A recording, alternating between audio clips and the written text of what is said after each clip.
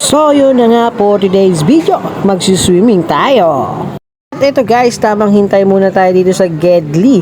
Wala pa kasi yung iba nating kasama guys. Dito na tayo sa sasakyan guys at kumpleto na nga tayo at tara, lalarga na. Ko na nga po pala na videoan yung biyahe namin kanina kasi nga sobrang sikip hindi makapag-video. Yan guys, hindi naman yung mga bata o no, napasaming lumangoy kahit gabing-gabi na. Look at the view guys, oh, napakaganda at napaka-solid dito guys. At napakaganda ng buhangin, oh. Yan guys, oh, gabing-gabi na po pala yan. 11 o'clock ng gabi yan guys. Nakarating kami dito saktong-sakto. Halos 4 hours ang biyahe. At ito guys, tamang geng-geng muna tayo dito sa Gedli at nakapwesto na nga po pala tayo. Siyempre, ano ba bang gagawin natin dito? Mag-iinom tayo, magdamaga na naman to. Papakita ko sa inyo kung gaano kabuti ang dagat dito guys at hindi ka talaga magsisisi dito guys. Tingnan mo gabing-gabi na yan pero napakaliwanag pa rin ng tubig sa kaso nga lang maalat. Siyempre dagat nga eh, may dagat bang di maalat? Kumain kaya ako dito guys, may magagawa kaya sila? Wala namang makakakita, libre tubig pa oh. Puti ng tubig talaga oh, sarap maghilamos oh. Kitang kita kahit gabing-gabi na siya. Hindi bang kukumpleto ang samahan kung walang tagayan. Tignan nyo guys yung pitchil ko, nakaabot sa Batangas oh. Solid yan guys, ang daming pinagdaanan ng pitchil na yan. Ayan, ibang tao gising na rito. May katabi nga rin po pakala kami sa ibang cottage pero hindi natin kilala yan. Chill lang. Wala pa tayong tama, sige. Inom lang ng inom hanggat may atay. Kayang-kaya mo yan hanggang kinabukasan na to. Susulitin natin mga bawat oras na kasama natin sila guys kasi minsan lang to guys.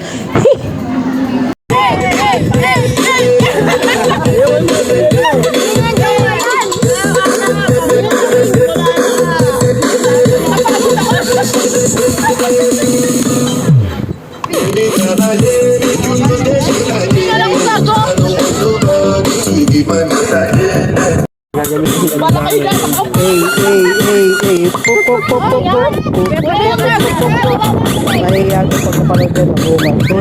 Hoy! Utangin na. Hoy, walang tricycle dito na nga.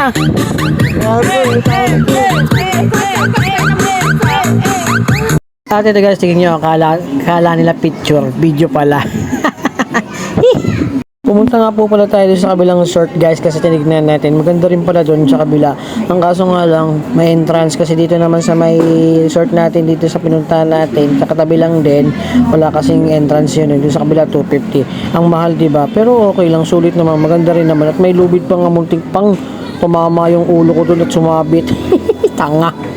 Hindi ko alam guys pang ilang bote na to basta at may atay, inom lang ng inom. Huwag naman, papahinga rin tayo, tatapusin lang natin guys. Nagising na nga si Ate Jubil oh. Alas 5 na yan guys, kanina tulog lang yan, ngayon gising na. Napakabilis. Unti-unti na silang nawawala kasi iba inaantok na kami, buhay pa rin. Kapit matatag lang tayo guys. Anong oras na nga po pala yan? Alas 5 na. Time check tayo ulit, 5:15 na.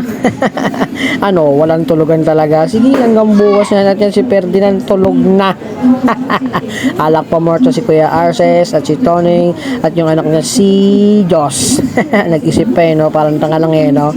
Laban lang, inom lang ng inom. Ito guys, mapungay na ang ating mga mata kasi nga lasing na tayo at inabot na tayo ng madaling araw. Kumakanta pa nga. Ito guys, sinikatan na tayo ng araw at yan, umaga na nga. Check the view at yan ang pogi. At ito guys, iba kasama natin, nagkakape na tayo, nagiinom pa rin tayo. At iyan, may isda pang nahuli.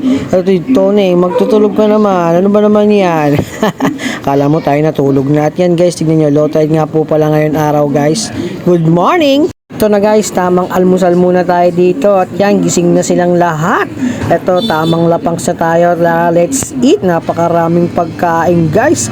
Almusal pa lang yan. Pero napaka-solid na guys. Karang tanghalian na. Pero mamaya pa tayo magtatanghalian. Kakain muna tayo ng almusal. Ayan, dami. Talong, itlog, sopas. Ano pa ba yan? Dami oh. Ayan, daing. At yan si Baby Yuna, nakaupo pa nga doon, oh. Magpupudrip din nata at ang asawa ko. po at yan yung mga ating kasamahan at yung mga geng-geng na taga Gliarte. Yan mga geng-geng magkapatid nga po pala yun guys. Ito yung kabilang resort guys, yung katabi ng pinagsiswimingan natin. At yan nga po pala si Davidson. Tignan nyo, white sand na white sand. No? Ang ganda ng buhangin. Iuwi ko kaya to no? Para may remembrance. At yung mga tropa natin kaya nagpuntahan dito kasi magtatamang picture lang sila rito. At ako hindi, ayaw ko. Diwag, kayo na lang. Mamaya na lang tayo. Liliguan natin saglit si Yuna sa dagat. Ang ganda ng swimsuit ni Yuna, oh. Bagay na bagay sa kanya, oh. O, tignan nyo guys kung gaano kaputi yung dagat, oh. Yung mga green lang yan. Ano ba yung green na yan? Kanina kinuha ng anak ko yan, eh. Muntik na kainin. Buti nakita ko. Napakakulit kasi. Pagod na mga itik guys. Para pauwi na kasi kami niyan guys. At yan katatapos nga lang po namin magtanghalian yan kanina. Pero hindi ko na nakunan guys. At yan pagod na si Kuya Mujed. At yung iba nagbabanlaw na. Tapos na nga po pala tayo magbanlaw. Yung asawa ko hindi ko alam kung saan pumunta. Bigla na lang nawala eh. At yan sila tamang antay lang ng oras guys. At ito guys, pauwi na nga po pala kami. Hanggang ngayon di pa tayo natutulog. At yan, anong oras na nga po pala? Alas 5 na ng hapon guys. Ayan, may mga nagbabasketball pa nga dito guys. At yan si Ate Jubel at yan ang aking asawa. May bitbit ng ating kagamitan. Habang nagbibideo tayo, hawak-hawak natin si Baby Yuna. Ayan nga pala yung jeep na taga Guadalupe na kasabay namin. Nga po pala yung pangalan ng resort guys, basahin nyo na lang, bahala kayo dyan. Net Tsunami Phone Area, yan kung saan kami nag-swimming guys. Ang ganda rin dito guys, oh, napakaluwag ng kalsada at yan may mga chismosa na nga. At yan ang gamit natin sa sakyan, L300 na mahaba guys. Ayan, nagtitipon-tipon na nga po pala kami. Ay, hindi pala, yun pala oh. Parehas kasi, joke-joke lang yun guys. At yan, nagtitipon-tipon na nga kami kasi ayusin natin yung mga gamit para magkasya tayo at hindi tayo magsiksikan guys. Kasi kanina talaga siksikan kami rito pagpunta namin para kami sardinas. Ito guys, bago nga po pala kami umuwi, bumaba muna tayo dito sa Tagaytay at tignan natin yung magagandang view. Tignan nyo naman guys, napakakal ng pag.